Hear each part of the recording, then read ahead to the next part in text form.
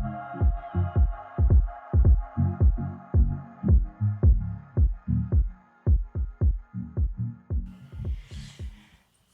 morning, everybody, and welcome to this discussion of Thérèse Hulme's work on the books Praat and My Word. And this is based on more than 17 years of work at schools and community structures. So just by way of introduction, my name is Marcia Woolward. I was the principal at Grassy Park High at the time in 2018 when Theo and Thérèse came along and asked me if they can start this Your project at the school. And it was a poetry project. And I was excited. I could see the possibilities of the project. Although it was a challenge. How do you get students interested in an extramural activity like poetry? But we did it. So I retired in 2019.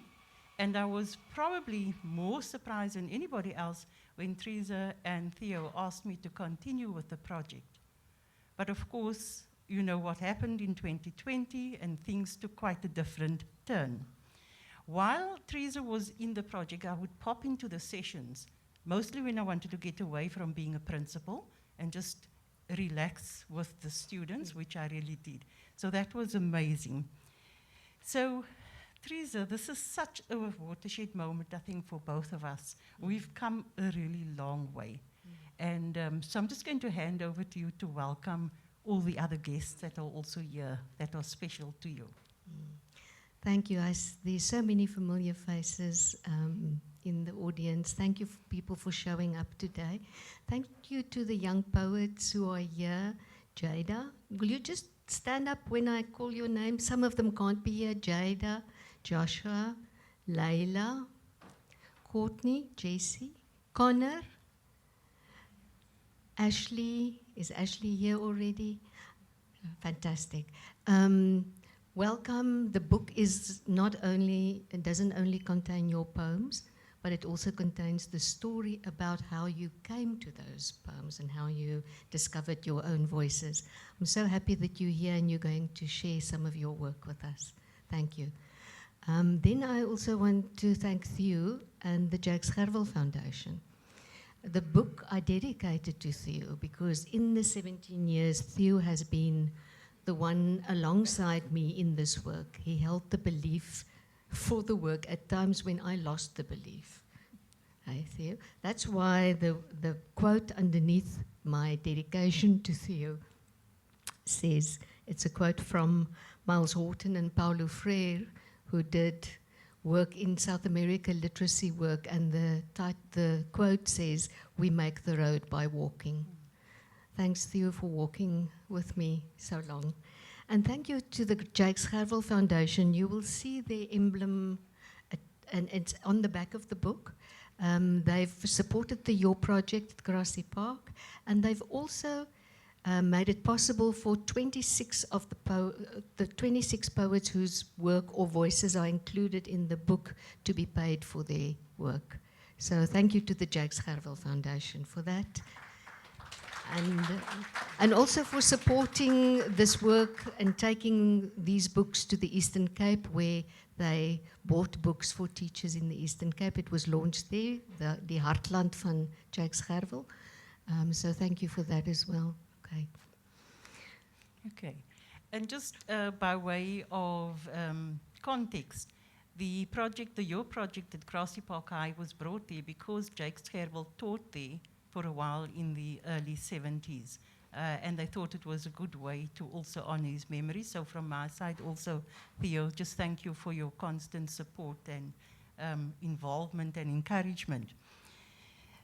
So, Thérèse, I think, you know, you've been working in schools and community structures with young people.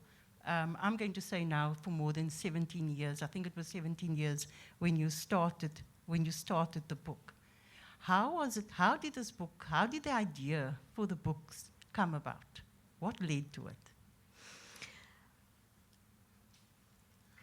In my discussions with, and in my discussions with, it happened recently when I was asked by LAPA, who is the publisher, to speak to teachers, and that was during COVID, online, about, and just give them some ideas about how to start or to get children to be comfortable enough to let their own voices be heard.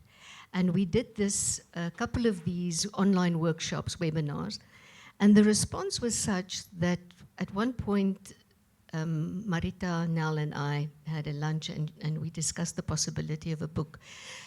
I had for a long time wondered about how I could bring my experience in working with young people, combined with my narrative therapy training, as well as my own insights and experiences and the voices of the young people, and combine that so it could inspire other people, and especially teachers, youth care workers, people working with young people, because I want this work to continue. So the book is for me more like a workbook, very practical, I hope, so teachers can actually use some of these ideas, I hope so, Odia, and find it applicable to their context, and then with it also to have some of the backstory as how I got to these ideas, and the young people also speak their own wisdoms. And the teachers who came on board, there are 2 teachers from Wellington, whose voices are also, and whose knowledge and wisdom is also included in the book, and Marcia's. So it's not only my story, but the stories are intermingled with the others. You want me to start with Petunia, where it started? Okay, just before that, for Park. those of you who may not know Thérèse and background very well, Thérèse is a clinical psychologist with narrative therapy as a speciality, but she's also a poet and published author in her own right. And in my mind, she managed to combine her 2 passions here in this, in the work that she's done. I saw the value of the creative writing with our poets and the way it helped them to manage their lives and their experiences. So thank you just for doing that and for the work you've done. Thanks, Marcia. Thank you for that. So if we, for me, what was so central to all your work and what is so central is the belief there is water. And I remember when you first brought this idea to us, to the staff at Grassy Park, you said you're choosing water and not gold or diamonds because at the time water was a big issue in the Western Cape. But I think for me, there is water, it still remains relevant today. And that is that Thérèse believes that every young person can write. When did you take up that position? It started by, I never planned to have poetry groups. It started quite organically when the Afrikaans teacher at Petunia Primary asked me if I could speak to his grade 7 class about poetry. He said to me during break, I have poetry to do and I don't know where to start. And I asked, what shall I do? And he says, do whatever you want. And I took the Ingrid Jonker poem, die Afrikaanse gedig, op die voetpad ver van die horizon skat stap 'n ou man wat. And a little drum, and I took it to, this is the grade 7 class of Mr. Mathieu. And I shared it with him, and when I shared it, there was such a feeling of resonance in the room. One boy grabbed the drum, did the beat, a lot of them started cupping the beat on the desks, and I thought, there's something here. And then based on that, I took the Breitenbach poem, beautiful poem that Breiten read in his beautiful, rich Boland accent. Ek sal sterwe na my vader gaan, Wellington toe met lang bene in die lug. Next time, I took that poem and he read it. And it was I took a chance there because it's not an easy poem.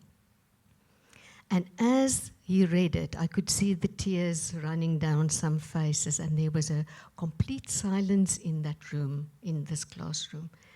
And then I knew there's water. I knew that the feeling for poetry exists already amongst these youngsters. It's just a matter of bringing that water to the surface. And so I said to them, if any of you, based on that experience, because at the time my own poems had been published in Nuwe Stemme 3, that Antjie Krog and Alfred Schaffer compiled. And I said, if ever you wanted to bring your poetry, you know where I'm working as a therapist at the school, that classroom down the passage, come break time and then you share your work with me, if you like. Let's see what happens. So one by one, youngsters started showing up with, and the first one that showed up was John Pamplin.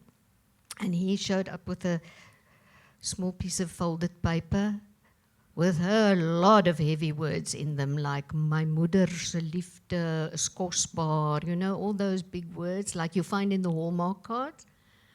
And I said to him, John, do you mind if I ask you, I'll just ask you like Oprah style about what this poem is like, and I'll write down what you tell me, and then we see what happens. Is that okay? And and this is the conversation that happened, and to your point, I haven't forgotten your question, Marcia. No problem. We'll get there. It's a long, winding one. Answer. But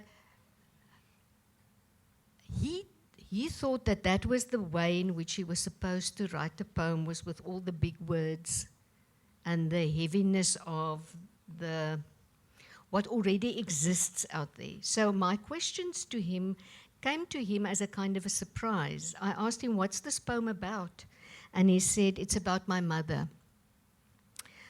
What do you want to say about your mother?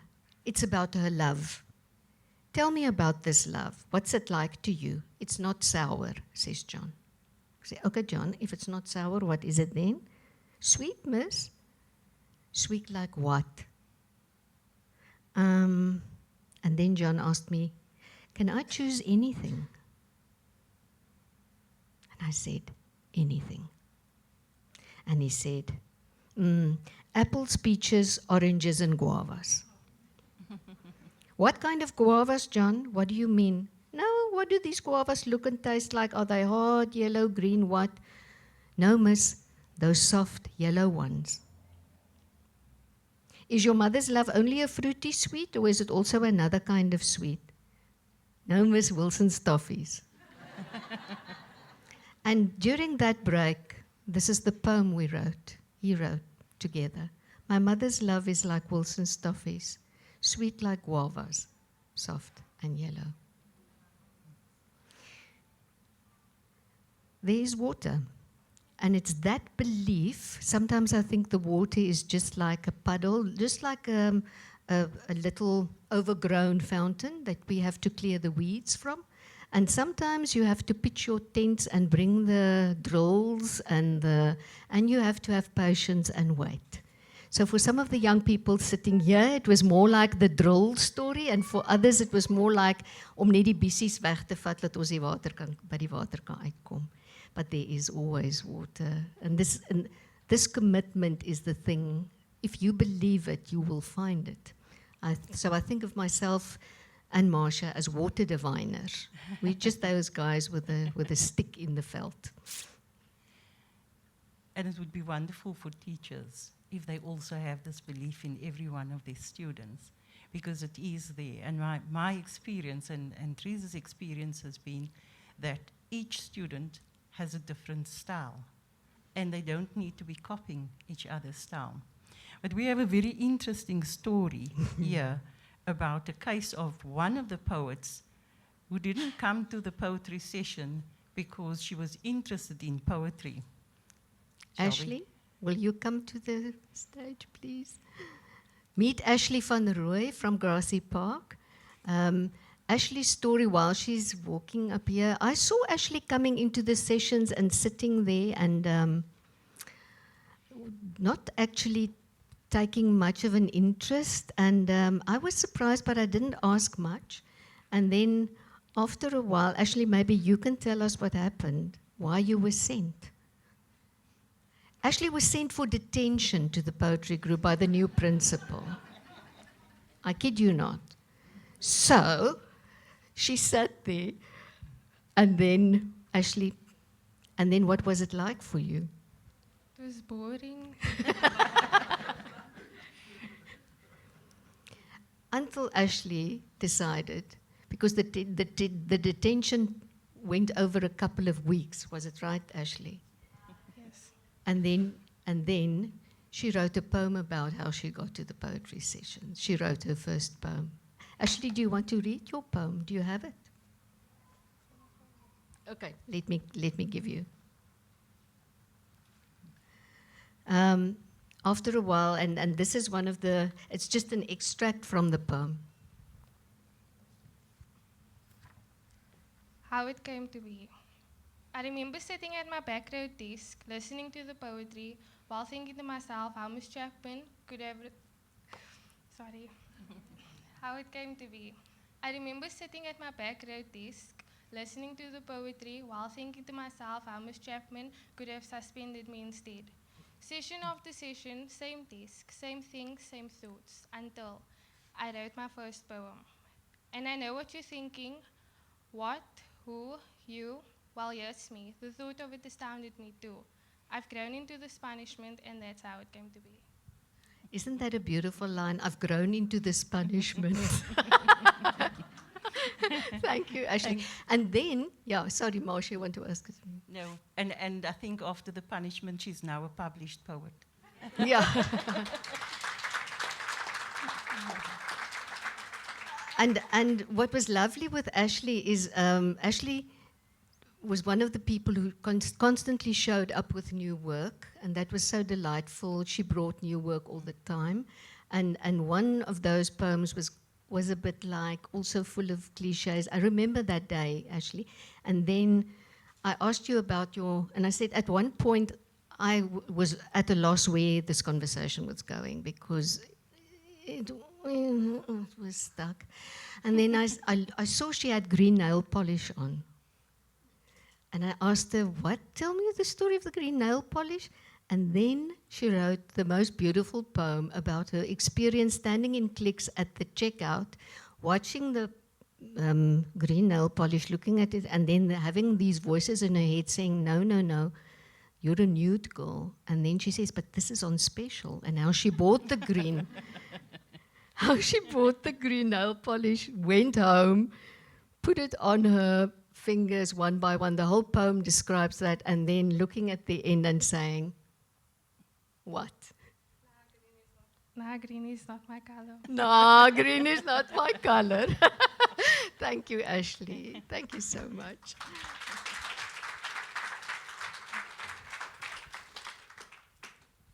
I just want to comment on the commitment of these students. When COVID hit, lockdown hit, all extramural activities at school was cancelled. It was the students who actually then said to me, Miss, can't we Zoom? And that is what happened. And as many of them were in grade 12 at the time, the only day they had available was a Friday afternoon. So I promise you, Teresa and I were Zooming with these students on a Friday afternoon when other students are busy preparing to party. And they would show up regularly, and it was in one of the Zoom sessions that we saw the green nail polish. And that is how that poem came to be. I forgot to show the poem while she read it, or the excerpt from the poem, but there it is. I grew into my punishment. One of the most beautiful lines, hey, yeah. Okay. Teresa, just coming back to the idea of talent, having writing talent, and then also the story, your particular position on competitions. Do you want to say something about that? Yeah, I take a very strong position. I don't like to use the word talent, because young people have already put themselves in the talent or no talent box. And for many young people, when I would ask them about speaking, they would say, no, miss, I don't have talent. You must ask Mari. She's the one with talent. So coming with these labels of who has and who hasn't limits people, because then everybody doesn't have water. There's not that potential to even look beyond what the label says the child has or doesn't have. So that's why I steer clear of the talent idea. Sometimes young people or their parents will come up after the young person has started writing and speak and say, I never knew I had a talent for writing. And then I take it. But I don't encourage teachers to work with that model, because you have it's like putting sheep into kampies. And once you're in that kampie, you can forget. And also that perception that you have about yourself as one with or without talent is not contributing towards voice. That's why I refrain from using that. Thank you. And that was something that I also learned and took from Thérèse, the idea that competitions and talent, no, every child can write. On page 13, in my word, you say the following: my hope for my work was not only to touch the lives of individual learners, but also to make some contribution towards a culture of possibility in communities. I did not always succeed in this. What was it that you hoped would happen? Yeah, I'd hoped to be joined more by teachers like yourself or school principals, but I knew that it was a new idea, it was a new concept, and few teachers would buy in and show up and continue. Like in Wellington, there is also now a pimp. Before your was a pimp was the group that I had in Wellington, and Ashleen Eifert then continued with the pimp group at Weltevrede Sekondêr. But that was few and far between. So I often had to work not knowing if the work was appreciated or welcome even. But from the young people, I always got the message that it was useful, and that's why I continued. If I depended on the adults, I would have stopped. But because of the young people and because of their enthusiasm, I continued. I couldn't let them down. That's... Okay. If I think I just want to comment from my side, I think that the kind of work that you do is made up of baby steps being taken all the time, much like the butterfly effect. And where small things can have a non-linear impact on a complex system. And so as much as you may feel that you haven't accomplished or achieved everything that you want, you have impacted my life, the life of my family and friends, the life of all the young people you've worked with, the life of their families who have showed up here today as well to support them. So please, continue doing what you do. Thank you. At what point did you actually realize that your narrative therapy and your creative work intersected, that you could use the two together? When I had that conversation with John about his mother's love, because in narrative therapy we are interested in the detail of children's own lived experience. We don't subscribe to grand theories about what's really happening or the real truth about whatever. We're interested to find out from children what they know about their own lives. And that is the basis for all these questions that I kept asking, tot vervelends toe, partykeer, vir die jongmense, when the stories or the words are too big and too out there, I want to know what their lived experience looks like. And that is where the guavas come in.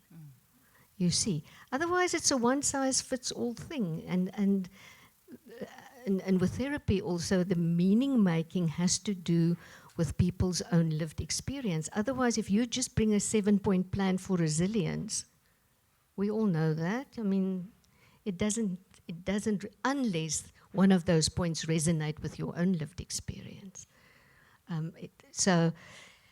Yeah, so it's also radical in the way, I suppose, because you have to let go of some of your own theories and thinking about what poetry looks like or could look like and be surprised. So that element of curiosity and surprise is very much, I think, part of this work, of the narrative work and this work. And Mm. if I may also just comment, for me, what was really significant about the Your project is the way it gave young people voice. And what I realized is that in our culture, in our society, in our families, we don't always give them that opportunity. The poetry would give them a chance to have their voice being heard about issues that impacted them, that they felt strongly about. And when we were busy with the students, and as I said earlier, there are different styles of writing. Some of them can write very lightheartedly, and some of them can write very seriously. And we always encourage them not to compare their writing to anybody else's writing, because they would write about what was important and significant for them at that particular point. I do want to say, so if there are teachers, are there current teachers here in the group? Okay, so hopefully some teachers, in the making. I do want to tell you something. If you are going to put into practice all the information, the skills that come through in the book, there are two kinds of poems that your young people are always going to write. The first one is the day I met the love of my life, and the second one, the day he or she dumped me. So just know that is always going to happen, and you allow that. And as Teresa once said to me, sometimes poetry is just written to express the feelings and not as a literary work. So expect that. There are a number of misconceptions, and you've alluded to this earlier, a number of conceptions that most people have, and this was myself included, by the way, about what poetry should look like. Rhymes, big words, cliches. And in the book, you call cliches the Port Jackson of the language. Do you want to speak about that sentiment? Yeah. Port Jacksons are useful because you can make fire with them. But if you want to cultivate an indigenous language culture, you have to get rid of those Port Jacksons. So how do you get rid of them? You don't give marks for Port Jacksons as a teacher. And it's tempting because at least the child wrote something like, if one door closes, another opens. Who wouldn't give marks for that? But really, it's one size fits all. It's not own lived experience. So always when I get those cliches, I'll ask, what do you really want to say? What is this really about? Like John's poem about his mother's, my moeder liefde is kosbaar. What do you really want to say? So, yeah, I feel quite strongly about this, that we get cliches have become almost like the norm and an easy way out for teachers sometimes to acknowledge that there is at least basic language ability, but I think there's more richness than that.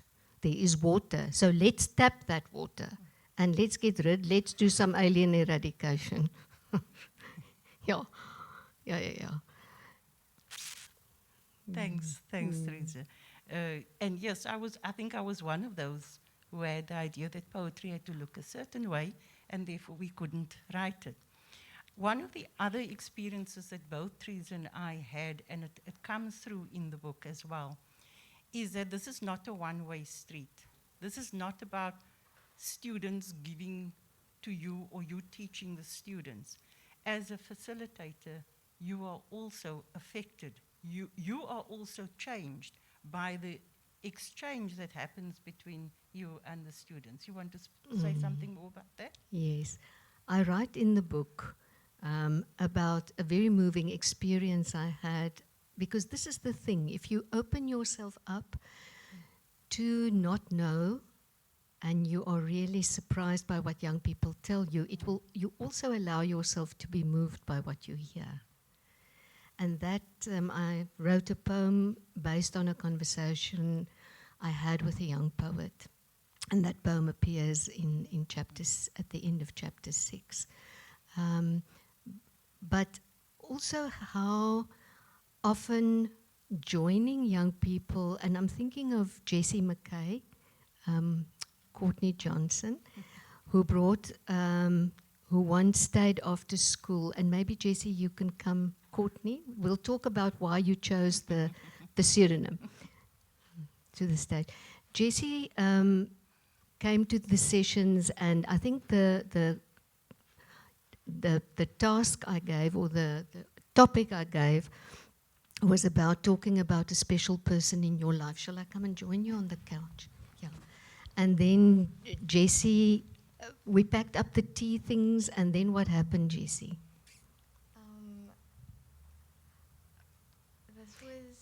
That was,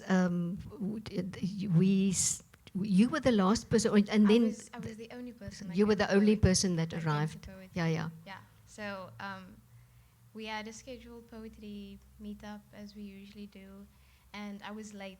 I was thinking about not coming, and then I asked my mommy, and my mommy was like, "Just go." And so I made my way to the school, and I saw you. I made my way to the school, and I saw your car still there. And then I went to go look for you, and you were busy packing up the tea and stuff. And then I asked you, seeing that it's only me, do you want me to leave? And then we don't do any poetry this week. And then you said, no, you and I are enough, and we can work on a poem together. So we sat upstairs by the secretary's office, outside of the principal's office. And yeah, we had a whole conversation there about my grandpa. Yeah. Because the special person for Jessie, you want to say something about why you chose the pseudonym of Jessie and why you decided to be Courtney today as well? Yeah, so Courtney's my name, but Jessie is because I wrote poetry. My poetry writing, I felt like I became a poet when I started writing about my grandfather. So it's very much inspired by him. Yeah, and my mom, because she's like my #1 fan. And is Jessie your grandfather's? No, my grandfather's name is James. Jessie James. is the name my mother wanted to give me. Yeah. Okay, so there's a personal. So also in the name, in the choosing the name, it becomes a poetic act. Yeah. Thank you for that. What was lovely to me was as the richness of what Courtney shared in that session. It wasn't a proper session. We were just sitting on the bonkie outside the principal's office, and just the richness of what she told me. Maybe you want to read the poem, and this time I'm going to put it up so people can follow. This is all what came from that one session of what Courtney shared with me about her experiences of her grandfather. And her grandfather was at middle stages of dementia at that point, right? Yeah, so it was middle, going into the final stages. Final stages. So just the context for this was the heart soreness of this relationship, and yet using her poetry to capture what dementia couldn't take away. Blank. Like a clean sheet of paper, your face is blank each day. But I wonder, what goes on inside your mind? You were a hard man, the way my mother describes you. But I sat in your lap when you gave me the little hand comb from your back pocket and sat quietly, eyes closed, as I raked your salt and pepper strands. You've told so many stories about the chosen people, the Levites, such law-abiding people they were. You always let me play a part in the parables Jesus told so I could understand. I've never cared about your hair or race. I always wanted to know what was behind my opa's loving face.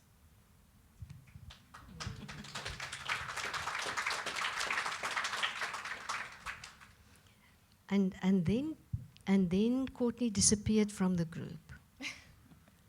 And then one day I saw her father, who was a teacher at the school, and I said, "Where's Courtney? I miss her. Will you?" And he says, "Miss, she says she's got writer's block."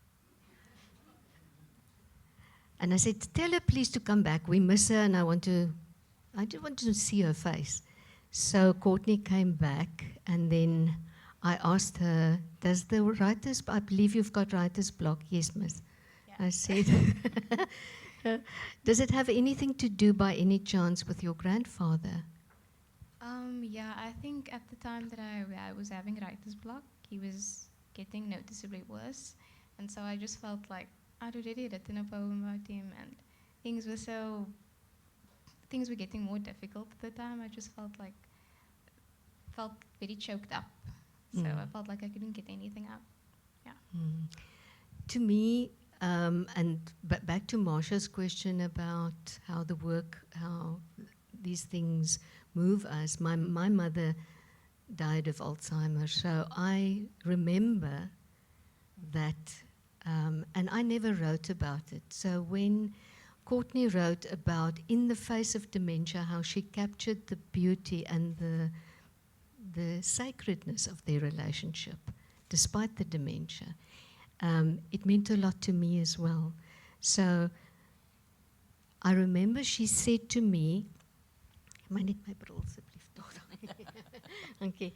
She said to me, like your memory had left you, like my memory had left my grandfather, so my words have left me. And she said it in the session, and I thought, oh my word, that is the ultimate position of solidarity with somebody, as a poet, to lose your language in solidarity with your grandfather who's lost his memory. And I asked Courtney, what is the title of this poem? Is it writer's block by any chance? So please read, Courtney. Writer's block. Like your memory had left you, so my words have left me. 2 lines. There's nothing more to be said. Thank you, Courtney. Thank you.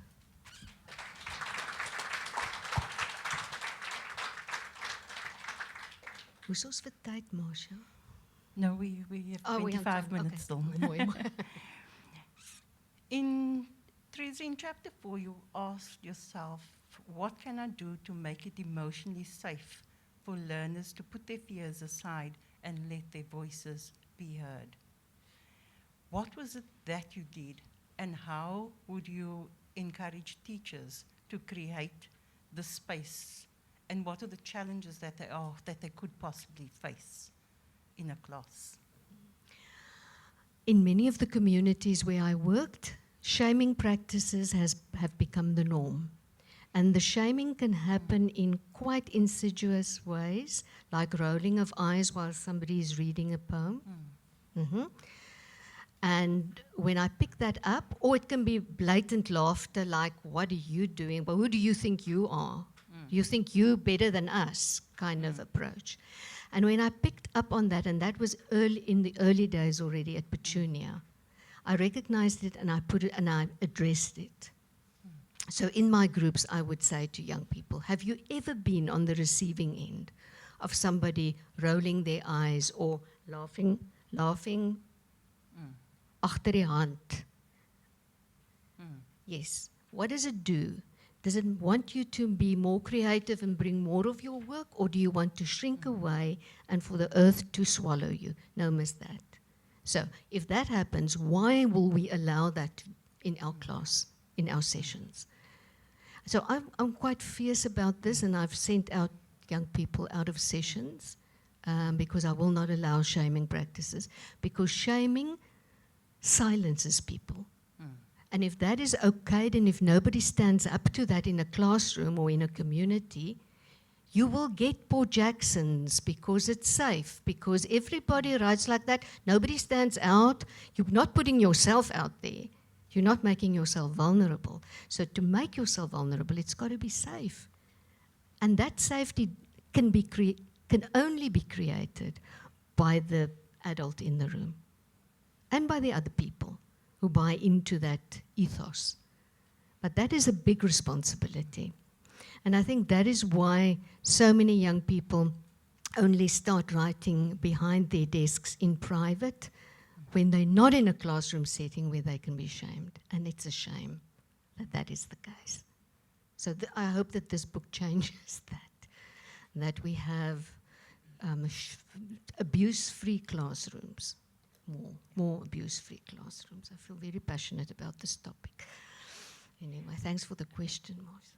And I want to confirm, because I've seen Teresa be fierce about issues like that, and it does make a difference. I think, again, creating that safe space for learners' voices to be heard becomes a lot more important in this day and age.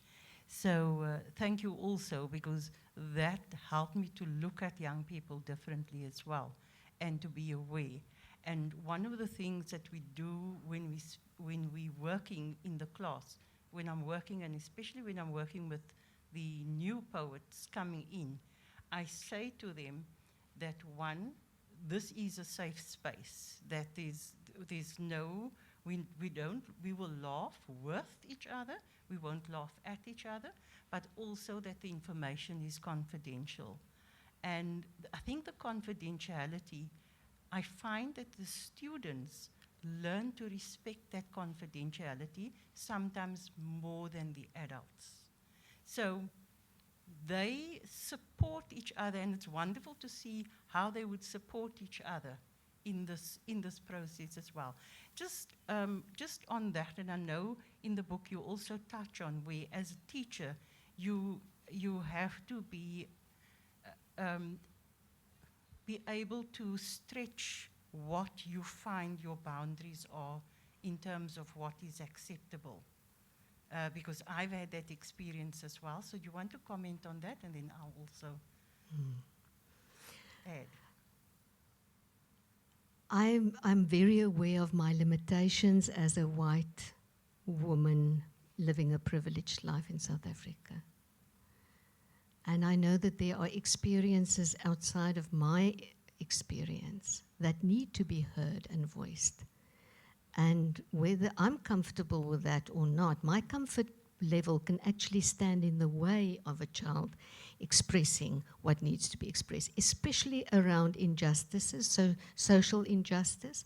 I'm thinking here of the two rappers who will just now perform their rap, who wrote Connor and Jada. Connor brought, people over the years have brought especially raps to the group that are fierce and that cut to the bone. And I remember in Wellington, there was a boy who wrote about incest. And I remember how his teacher and I were standing like two of those flat cartoon characters up against the wall when he read that poem for the first time. Hoe kan jy as 'n ma elke aand dronk gaan slaap? Hoe kan jy as 'n pa jou eie kind swanger maak? And that tested my boundary of what I could allow. And I realized that it was important because in that poem, Reagan Dirkse took a position of solidarity with the victim of somebody in his community, in his street, who experienced this and who couldn't speak out, so he spoke out on her behalf. And who am I to stand in the way of that? We need to encourage this. So rapping and anger, fantastic. If there's anger often has to do with an experience of injustice in the community. Go for it. Ask about what it is. Like Caitlin Morris, who won the Suid-Oosterfees Prize many years ago for her poem, Meisiekind maak net oop jou oë, gender-based violence in Wellington. Oh my word, where she lists the violence, name by name, what he does, how he hit you, how he uses your bank cards, all of it. So, another passionate topic for me. Marcia, thank you. I want to say something as well. Yes. So my experience in one of the sessions was a young lady who had really had a hard life.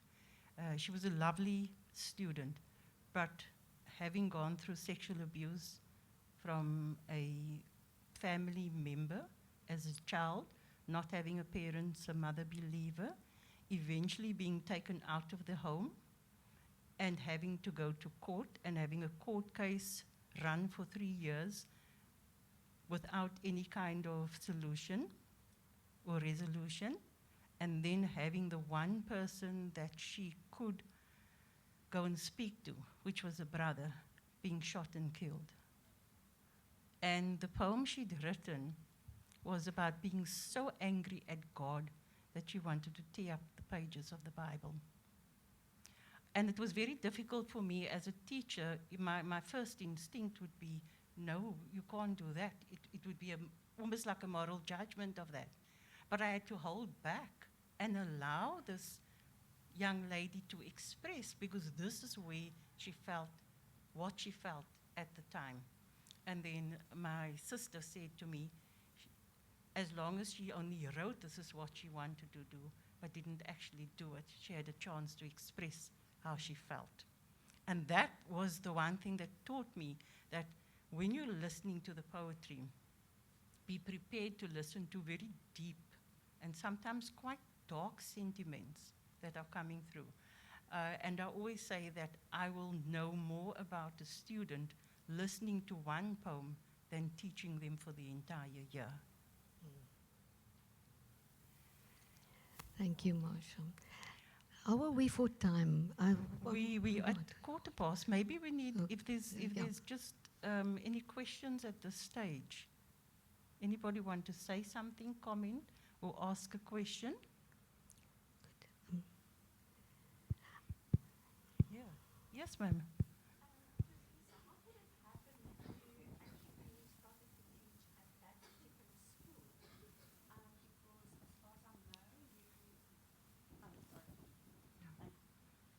As far as I know, you are. Okay, I think they will put it on. As far as I know, you are based in Cape Town, so you had to drive through to Wellington every day or each other day to go to this particular school. No, it was less often, so it was every fortnight, and it was for the Breitenbach Center. Theo was still director at the Breitenbach Center, and he had heard I published a book called Pimp from the poetry of the Kryfontein group. That was in 2009, and Theo saw that publication. He was aware of that, and then he invited me to come to Wellington. And then that's how I got to Wellington, yeah. Well, it's fantastic. I must congratulate you that you took the trouble and to drive so far to do what you're passionate about. Thanks, Mariette. But you know, when those young people, so when those young people are in the room, they actually call me back. Once there is that relationship and you know, it's no longer a choice actually, then you're pulled to go in a way, yeah.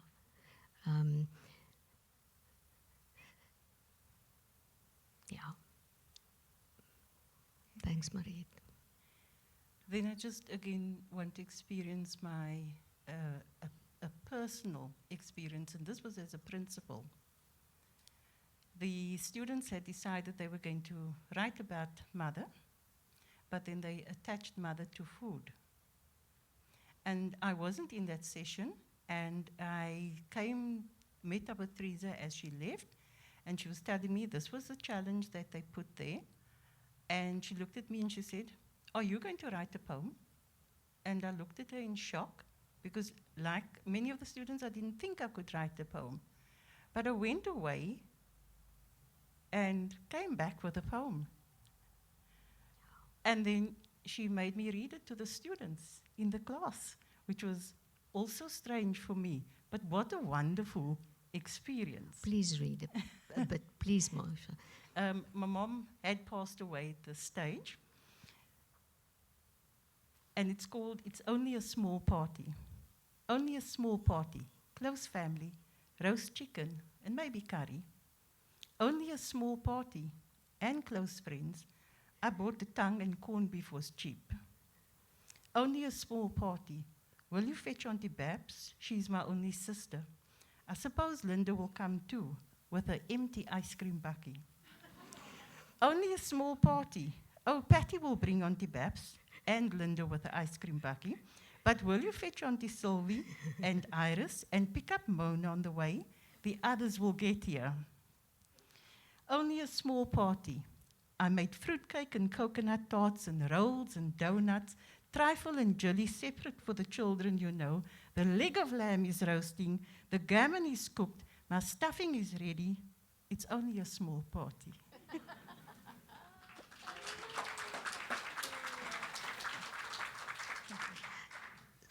Marcia, the atmosphere in the room when she read it and the warmth, what was extraordinary, because I was sitting over here taking that picture, was to see how they were all fellow poets around the table. But it took Marcia to step down from her principal pedestal and to speak her own life in this way, for young people to feel, for them to give her that warmth. Hey, so it didn't happen by itself. It was also Marcia's willingness. There's another beautiful story of Marcia catching up with Amira outside, and Amira was kind of hunkerpunk. She wasn't sure if she wanted to come to the session or not, and so Marcia said to her, "Are you going to the session?" And what did she say, Marcia? She said, "Yes, miss, but I don't want to speak. I'm too shy." And I said, "It's okay. I'm going to hook you in, and we go in together." So Marcia gave her arm, and Amira came in with her and stayed. And Amira then became a poet because Marcia made it. The hospitality that Marcia shows and the generosity of her own sharing invited the others and warmed the space. Warmed the space. That's what you did, Marcia, and still do. Thank you. Yeah, Thank I you. still do.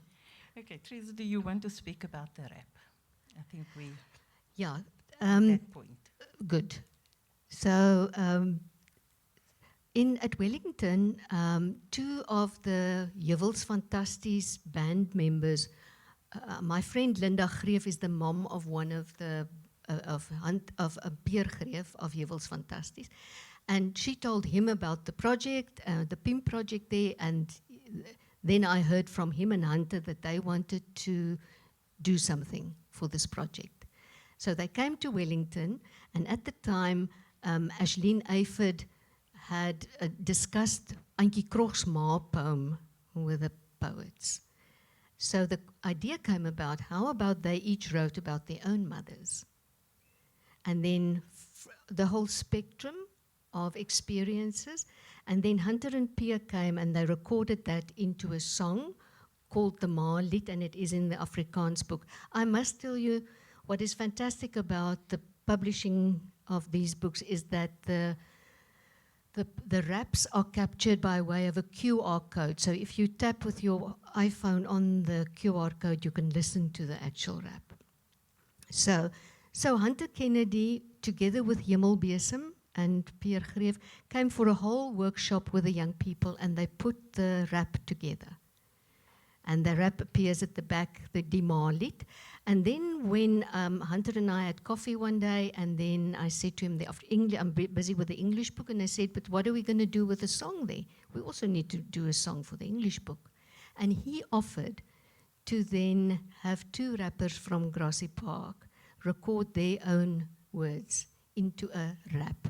And that happened. Here's Hunter with Jada and Connor. And maybe Jada and Connor, it's time for you to come, please, please, come to the stage and tell us about what happened and how it was for you.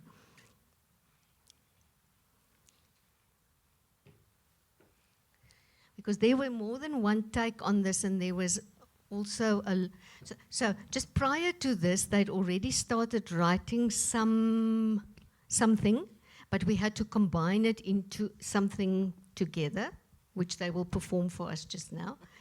And there were some brutal lines in there, like Connor's line. about there's a lot of blood. There's in the Lotus River ghetto, a brother kills a brother, and that line he said 6 months, a year before we recorded this, but those beautiful lines stayed with me. So we did some harvesting of some of the lines and then created around those. Hey, would you want to speak to what happened and how it came about? So basically, what I experienced at a young age, now living in a, I wouldn't say ghetto area, but living in a more of a colored fested area with gang-related violence and everything happening around me as a teenager. You know, we experience many things and it have an impact on us as youngsters. And I wasn't really keen. I never used to like gangsterism. Sorry.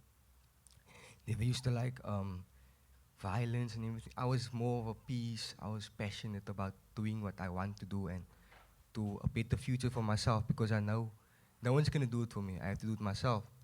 And this one day, two brothers, not really brothers, but more of close friends, and they had an argument, a slight argument over money or something like that, but it was gang related. And the one hits the other one, and then the other one retaliates, but the way he retaliates ends up killing the other one. So basically, I wasn't on the scene, but like someone explaining to me everything, and like I can picture everything, and from there I can definitely write about those. So maybe just glimpse of thought of something happening, like you witnessing this in front of you, and it's not really a nice picture for you as a teenager to really, see. And what you tell us is that what I'm assuming is that your own powerlessness when you witness these things, and that is why the poetry became important, or writing about it, because once you write about it, you take up a position of power against it, because in that context you can do very little. Is that true, Connor? Or Yes, yeah. yes. So basically, we done one of those like videographs a few years ago, and beginning of the videograph, I said in that video, poetry is not always about the rhyme, and it's never about the rhyme. It's just because, some words and some people and some actions need justice. Basically, what's happening in the world, happening in our colored communities, so basically, I couldn't react physically, but what I did put forward to let people listen to mentally, I touched a few. Thank you.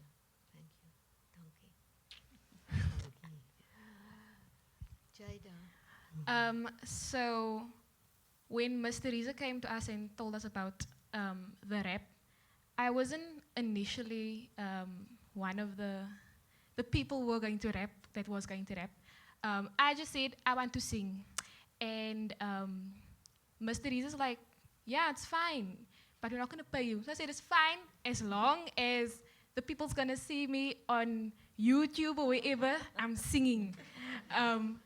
And as time went on, I think it was in the Zoom meetings, Miss Theresa asked me, seeing that the other rappers were not able to write something, why don't you give it a go?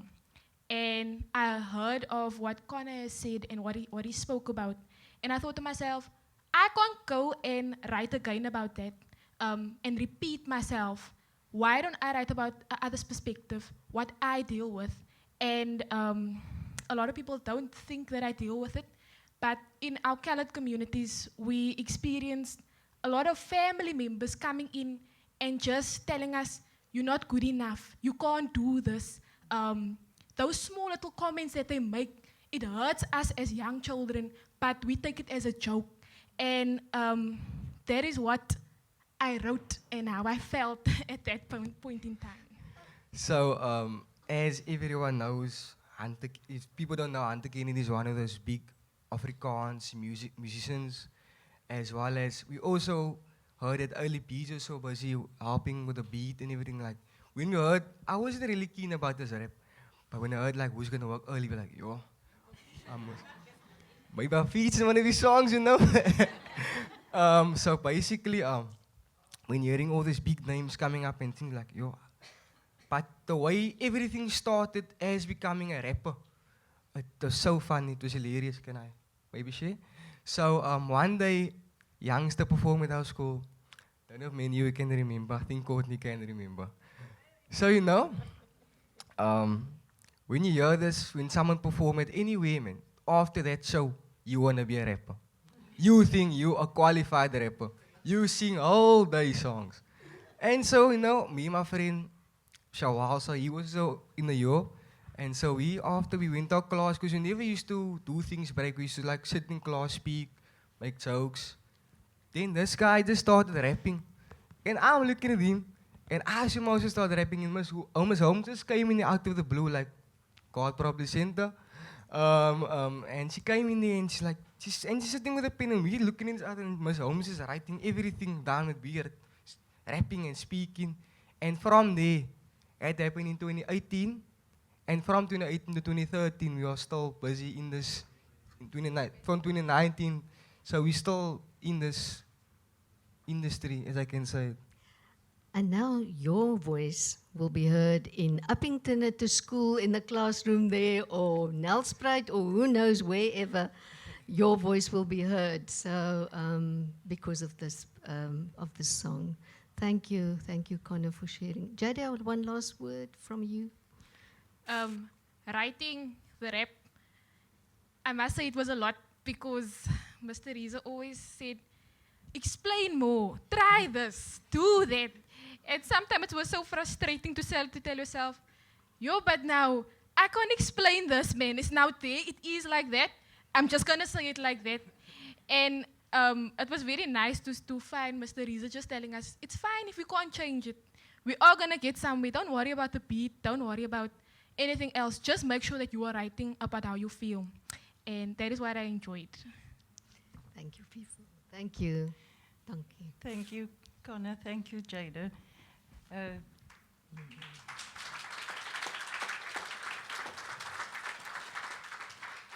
So for those who are interested, the two books, My Word and Praat, is on sale outside. So please support and just, you know, I think for the poets and their families, just to see the child's name in print, it's such an amazing experience.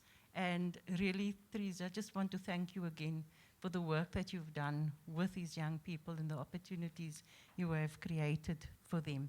And when Thérèse was busy with the book, and I heard a little bit of what was going in there, I said, this is not a boring textbook, but it's interwoven with the stories and the work of the young poets, while giving teachers ideas for developing this creative writing culture in their classrooms.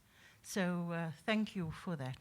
Thank you. And what for me is so special is that the young people themselves now, through their stories and their work, can inspire others. So in that way, the book becomes like therapeutic, but their voices become part of the hopefulness and possibility. So they joined me in that, and for that I'm so grateful. Thank you. Thank you, and thank you everybody. Any questions? Is there time or? No, we're just done. Over. We're just over. Okay, sorry, no questions. But find us somewhere afterwards. We'll be around if you have questions. Thank you so much. Thank you, everybody.